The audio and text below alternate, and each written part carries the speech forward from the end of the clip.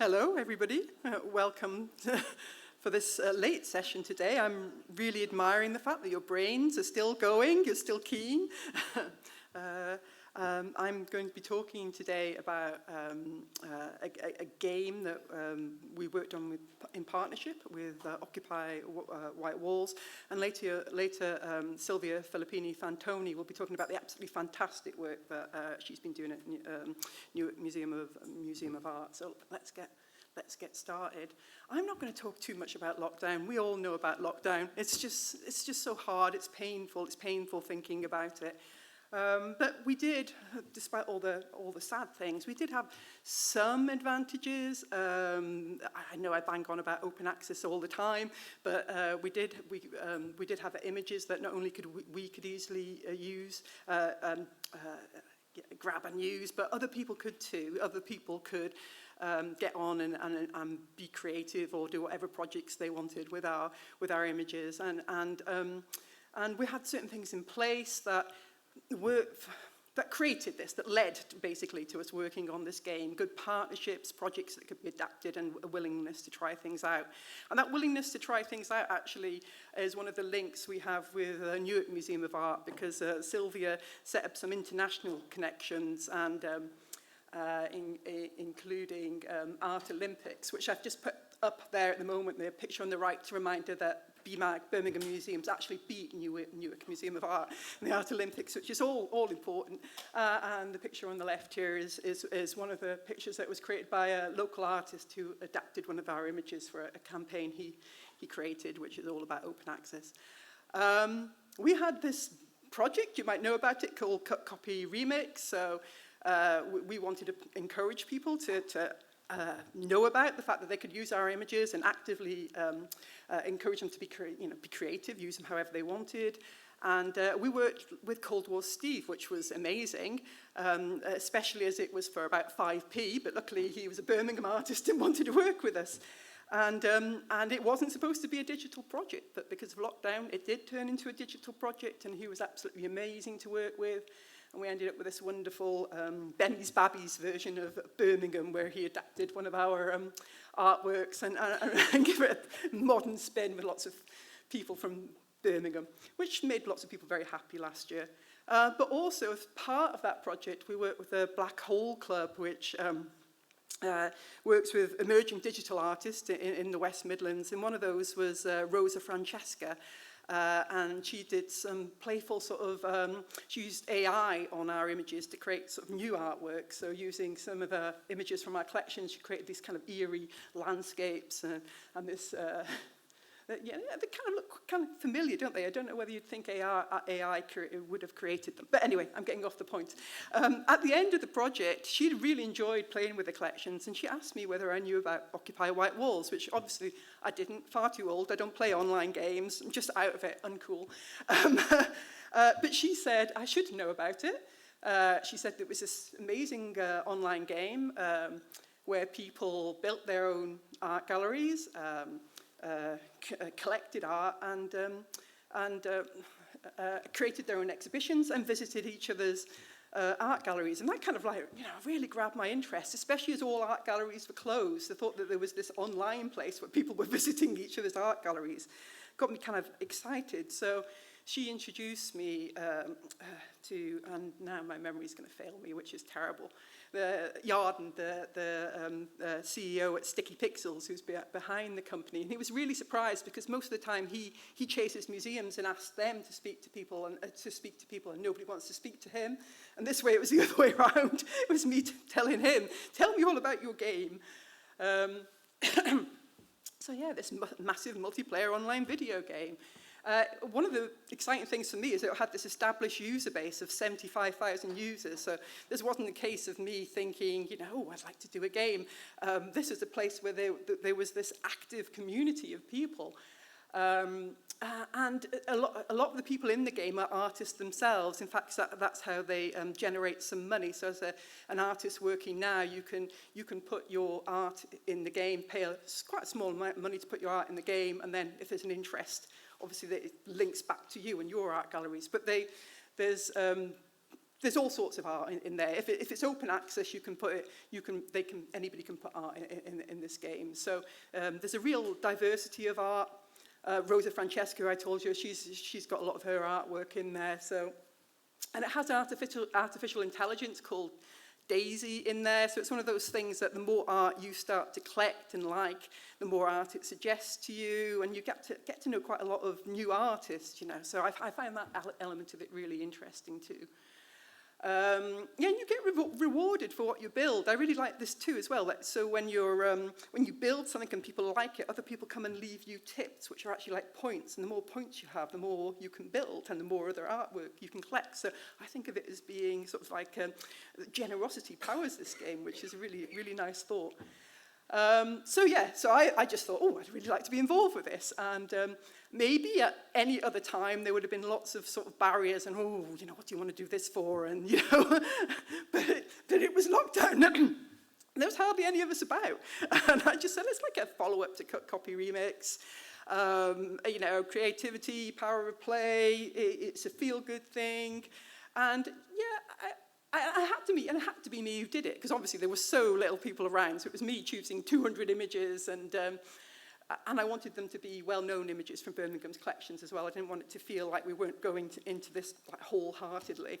And one of the things they did for us, which we didn't ask, we didn't expect it, is they built us a virtual BMAG inside the game, a virtual Birmingham Museum and Art Gallery, that is. Which was funny because when they started to build it, they said, I expect you want it to look like the real one. And I was like, God, no, if it can be anything, why would you want it to look like the real one? But they'd started to build it, so it's sort of, from the outside, it looks a little bit, but I like the fact they've put Birmingham surrounded by the sea. That's the way it should be. And a garden terrace, if only. So they created this amazing Birmingham Museum Art Gallery for us. And we got a great response from the community playing it. They really liked the fact that we'd gone into the game, given these artworks. Up to date, there's about 8,000 museums that have been created in the game that feature our artwork. I don't know whether that's good or bad, but I'm quite pleased with it. And lots of comments and sharing, very engaged audience. I mean, we don't know what crossover there is with our actual real audience, but to me, it doesn't matter. This is a whole new place that we've entered into. One of the surprising things is people went off and built their own Birmingham Museum and Art Galleries and just put Birmingham Museum and Art Gallery art in there. And they were really, some of them are really stunning. I'm not sure about that one, to be honest. It's like a bit spaceshipy, but there's decorators have been in or something, I don't know. But you get the impression. So what were the advantages of joining for us? Well, like I said, it was a ready-made community and introduced us, I think, to people who'd never heard of us. I mean, to be honest, even Rosa hadn't known our collection. She only lived in Leamington Spa. So getting further out there into the world had to be a good thing. But also, you may know in lockdown, there was a huge jump in the number of people who were playing online games. And surveys actually showed that it made them happier as well, made them feel less anxious. So it seemed a very good thing to be involved with. But also the advantage of going into a game like this is already exists and it's doing well, it's flourishing, or has been, is that it wasn't a project that's finished. So often museums, when they do enter into these things, when they're building an app or something like that, you have a certain amount of funding, it comes to an end, and then it has a short shelf life. So this wasn't like that. It's something that continues to innovate. And there's been a lot of interest in it as well, which is also always a good thing. I'm not sure whether we're really democratizing art, but I can still put that on my wall if I want to. And the drawbacks. Well, it is an online game for game players. So if you're not one of those people, it can be a little bit hard to get into. Really, you need a gaming computer, or you have to join by. You can. I'm just trying to think how you can use. No, my mind has gone blank again. But you have to register on 2 different platforms to play it. It's not as good as being able to download and use it. If you don't play games, it just is a little bit challenging. And it's a little bit difficult to talk about what's successful as well. Like I said, 8,000 museums use our collections in this world, but is that actually good? You know, like 1 million people download, so it's 1 million downloads of our images from Unsplash in last year. You know, where should we be putting our efforts? You know, that kind of thing. When people ask me, is it really successful? I don't know. It's kind of fun though, isn't it? Let's be honest. But I said, oh yeah, on Steam, that's obvious, it's up there. I said that there's some challenges to Occupy White Walls, and that is for a while they were very anti-NFTs, I'd say, which I'm not going to go into what NFTs are, but if you were in the session this morning, you might know, but don't worry if you don't. But it looked for a while like that might impact the interest of artists in the game, because they wanted to sell NFTs, and at the time Occupy White Walls was saying, well, that's not really what we're about. Yeah, it's a great world to be involved in, because it's constantly developing. In the short time that we've been involved with it, they've now started to put music within the game. So you can, if you've created music of your own, you can now put that music into your art gallery. People have started to create art within the game. So they started to make murals from the building blocks. So there started to be art within the art gallery, which was, I just love that innovation. And then some players have started to create games within the game. So an example of that is somebody who created a maze to get to his art gallery. So he had to go through the maze to actually get to his art gallery. That was the reward. So I love all of those sort of changes, you know, because it's such a great community. So it is developing. And they have sort of like time-limited exhibitions now, and that kind of links in with NFT art, because now they are saying that it's a way of showcasing the work of artists who want to sell NFTs. So they've kind of caught up with that's what they need to do. But yeah, they're great at responding to ideas and feedback. So do I think it's a good thing? Yes, I think it's a really good thing. It is an opportunity to reach new audiences. You know, it's responding to trends. There's great interest in game playing. As I said, it's a positive experience. And I think collaboration and partnerships in this way, it really is a key to innovation. I mean, lockdown was a difficult time, but at any time for museums, if you're talking about digital innovation, when you think of other things going on, often you have very limited staff, you know, limited resources. It's not something that you're likely to do yourselves. But if you're working with the right partners, you can really do great things. And I think we have the building blocks of games, you know, with the digital assets, knowledge stories. There's something we can really offer to games. But having the kind of digital skills and the right equipment are essential. And those are some of the issues that we've had getting involved in this and not being as involved as we should be so far. And with that, I'm going to pass over to Silvia, and any questions, I'll take them at the end. Thank you so much, Linda. Thank you, everybody. I'm excited to be here, even though not in person, but hopefully I'll be able to give you a sense of what we've been able to achieve with our sort of approach to gamifying our virtual experiences. We've taken quite a different direction compared to what the Birmingham Museum has done, but hopefully both of them can exist and actually should complement each other. So my name is Silvia, Filippini Fantoni. I am the Director of Learning and Engagement, Deputy Director of Learning and Engagement at the Newark Museum of Art. Don't worry if you haven't never heard of the Newark Museum of Art, you're not the only one. We are the largest museum in New Jersey, and we are located about 20 minutes west of New York City. We have quite an eclectic collection that includes art from all over the world: African art, Asian art, Native American art, decorative arts from Europe. We have ancient Mediterranean art. We have an incredible science collection as well: specimen, herbaria, weird, strange machine that don't know what they do.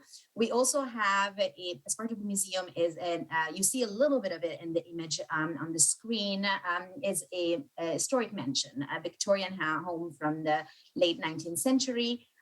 That's sort of part of the incredible eclectic experiences that you can have at the Newark Museum of Art. Now, like everybody else is in the world, when the pandemic hit in March of last year, we closed our doors. And it wasn't for a short time, unfortunately. Newark was very much hit by the pandemic. And so we had to be closed for about a year and a half. And within a couple of weeks from closure, we really started offering virtual experiences, virtual programs, which is something that we had no experience within at the museum. I had just started like about 5 months before the pandemic hit, and the museum had not done a lot of virtual or any virtual experiences before. And so this was something that was new to us. We tried it out for the first time about 2 weeks after we shut down. The first experience we had was disastrous. We were Zoom bombed, but we persevered, and in the last year and a half, because we're still offering virtual experience even if we're open to the public, we have engaged over 30,000 people in our virtual program via Zoom or WebEx, because the schools here are using WebEx, and 130,000 people live on our various social media channels with a relatively high level of satisfaction. So despite our lack of experience, we were able to make it work, and sort of still were able to engage people. Now, the first type of program that we offered in the first few months of the pandemic, given that we didn't have much experience, were a lot more academic in nature. They generally had a presenter that spoke for about 20, 25 minutes about a specific topic, whether it was an internal curator or a guest. And then this was followed by Q&A with the public. Most of these programs were offered on Zoom and Facebook Live. We did have, we sent out surveys to people that attended this program, especially those that signed up on Eventbrite and on Zoom. And we had a high level of satisfaction, but unfortunately, and that was a big problem for us, our audience was much older and less diverse than our audience that attended our in-person program at the museum. And in a city like Newark, which is a city which is majority African-American and Latinx, we really, this was really a problem. And so after 4 months of doing this, we kind of sat down as a team and decided, what can we do in order to try to change this and try to diversify the audience that is attending our virtual program. And so we started introducing more participation and game-based experiences within our virtual program in the hope that they would attract a different audience. We also started experimenting with other social media platforms, including, events that we did exclusively on Instagram or YouTube, Twitter, Twitch. We started kind of playing with more than just Facebook. The survey that we received back from these experiences showed us that we not only maintained the same level of satisfaction that we had before, but also we were very successful in engaging a younger and more diverse audience through this programming. So now we kind of offer a mix of both. I'm going to spend the next few minutes giving you example of what this more participatory and playful and game-like programming were, starting with our Art Olympics series that Linda mentioned. Art Olympics is a very, very fun game. There are 2 museums competing against each other. We pick 10 categories, and those categories are very fun and playful. For instance, here the category that you see is Best Hipster Haircut. So we don't take ourselves too seriously. We kind of choose playful categories, and then each museum has about a minute to present a work of art and explain why that work is better suited for that category. And then the audience votes for their favorite. And then whoever wins the most categories wins the game, wins the battle. So this is, again, an example of the game we played with Linda's museum, Birmingham Museum and Art Galleries. But we did a few of them. We did many, actually. And the response has been overwhelmingly positive. Here you see one of the many positive feedback that we received. This was particularly in relation to one we did during the Olympic Games with a museum in Canada. During this month of March, which in the US is used for what we call March Madness, which is basically the basketball championship within universities, we did a proper competition between 4 museums, as Milwaukee, Columbus, and Brooklyn. And then we had a gold winner, a silver, and a bronze. So it was really, really a fun, playful experience, and people really love it. So this was our first sort of, foray into this sort of more playful and game-like experiences. And based on this, we started kind of developing more. Our second example is our Escape from the Ballantine House. We really wanted to create a virtual game, and we thought that our Victorian mansion, which is called the Ballantine House because the Ballantine family lived in the house, was the perfect setting for creating an escape room experience. So a little bit of a story of the Ballantyne family. They were a brewing family here in Newark. The water of the Passaic River, which is now one of the most polluted river in America, was very, very good for beer. So there were a lot of brewing company. And one of them was the Ballantyne family and the Ballantyne Brewing Company. So we played this game around the idea of inviting people to this Victorian dinner back in the 19th century. And as they are outside the house waiting to get in, they are accosted by this character that you see at the bottom. His name is Mr. Kruger, and he's the CEO of another competing brewing company.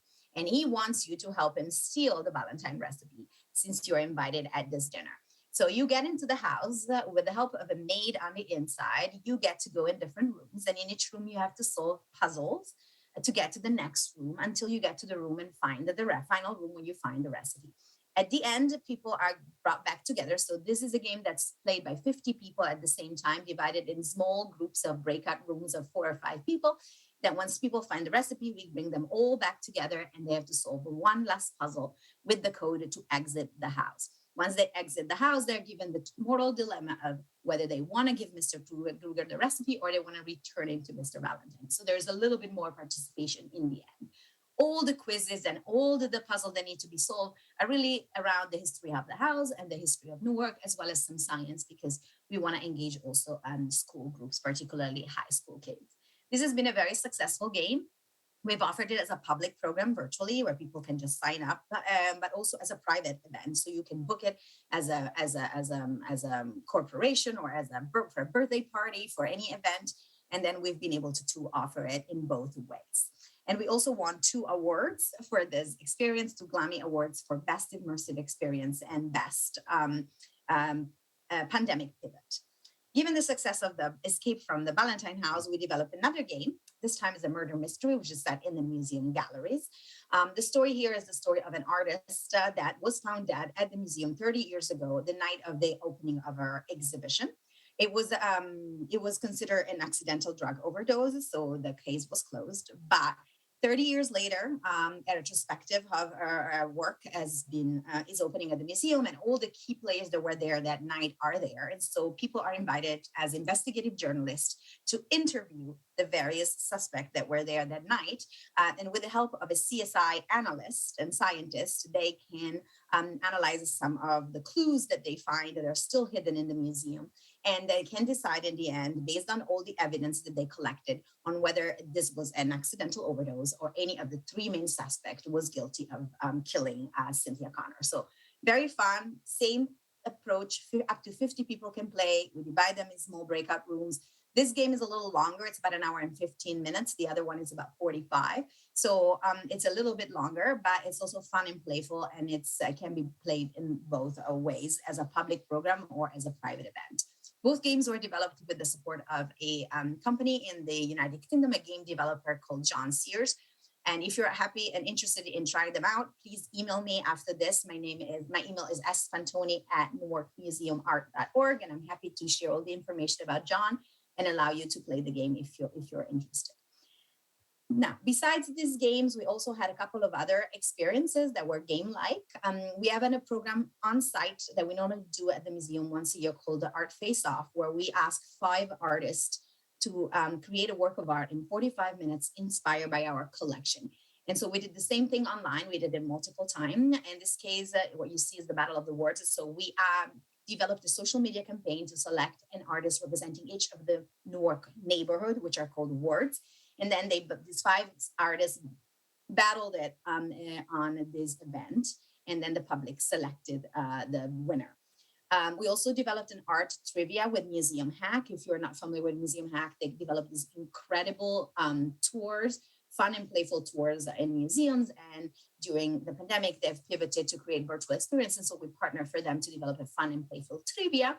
And then probably the more controversial events that we had was our art roast, where we partner with a number of stand-up comedians in Jersey City to develop fun and playful jokes about our collection. So from coming up with alternative title to coming up with alternative stories about what's going on in the painting to a very funny video song that talks about the amount of bowls that we have at the museum. So that was quite a stretch, and we had a mixed reaction to it. I think people that came to expect to learn about art. They were a little bit disappointed, but we had a lot of young people who saw this was the best virtual experience that we've had or ever had. So this was it. This was basically our attempt to sort of bring in more participation and game-like and immersive experience into our virtual game. After, we reopened, the biggest lesson learned for us was that we wanted to make sure that this experience were not just part of our virtual programs and physical program, but they were also incorporated more and more. So creating more opportunity for game participation and immersion in our galleries. And these are examples of things that we are developing or have developed since we reopened in June. We are developing a version of the escape room for the Ballantine House that is actually physically in the house. It's currently closed for renovation, but when we reopen in a couple of years, we will offer that. And we also had a couple of other experiences. For instance, we had an exhibition where we asked people to share their reaction to the artwork. Most of the work were really related to the pandemic and the social justice issues that were going on in the past couple of years. And so we wanted them to connect. And so we had them to kind of share and respond through emojis. We have a make a pledge activity for our endangered exhibition that opens this week, which is about how people can affect and can contribute to the extinction of animal species and what they can do in their daily lives to change that. And people are asked to make a pledge and see how other people have pledged. So again, bringing in more participation and more game-like experiences into our everyday gallery experiences, even now that we're open to the public. I think that's my last slide. I'm going to stop sharing and I'm going to see if we can get any questions from the public in the last 5 minutes. There's a few questions that were on here.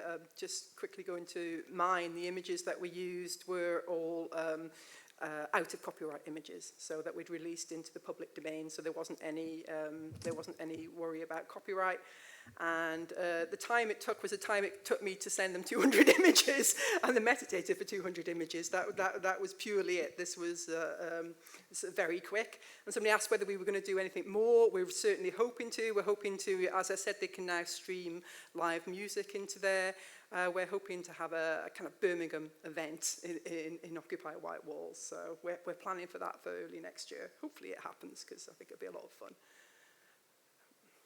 Anybody want to ask a question in the room? Yeah.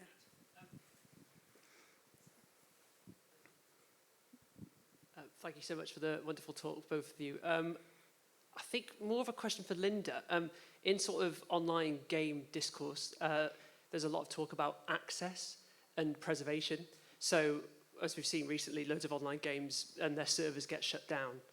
So I just wonder if you have any plans for how you're going to preserve your exhibitions in online White Walls if access to the game becomes impossible in the future? Oh, that's a tough question. And I have to say, no, I haven't really thought about it, because I guess I think of it as Occupy White Walls thing. We keep, we still have the images and they have that side of it. But it would be really sad to lose it. So I completely understand where you're coming from. And maybe I need to think about that a bit more. Thank you. Hello there, my name's Sasha. This is a question, I guess, more for Silvia. Regarding your virtual escape room, looks pretty cool.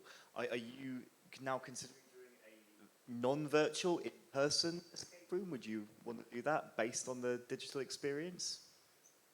Yes, we plan to offer one as soon as the Ballantine House reopens to the public.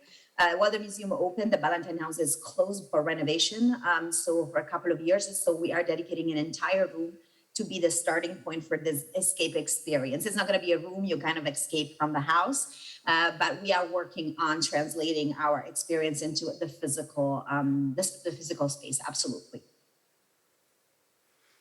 Sylvia, this is a question for you, because I think it's more for you anyway, because you've done so much. Is there anything that you did that didn't work, an experience that you thought, need to improve or not do that again?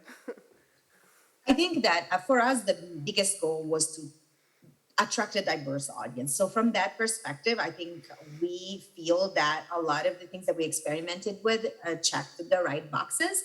As I said, they weren't all smooth sailing experiences, to be honest, particularly as I mentioned, the art roast was kind of difficult as an event to plan, as well as had mixed review when executed, in the sense that I think that our curatorial staff was extremely uncomfortable with, not knowing what the comedians would say about the work. So there was a lot of negotiation back and forth about what works to choose, and be sensitive about not using work of artists that we are very engaged with, contemporary artists that we're very engaged with, because not being able to know what they were going to say about it was going to potentially jeopardize our relationship with that artist, which is very important for the museum.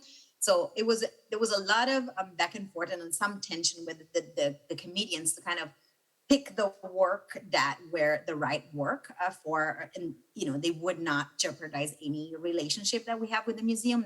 And they were very adamant that they would not share what the jokes were about beforehand. And we wanted to be respectful of that as well, because we would do the same with contemporary artists when we invite them in the museum. So we should do the same with comedians.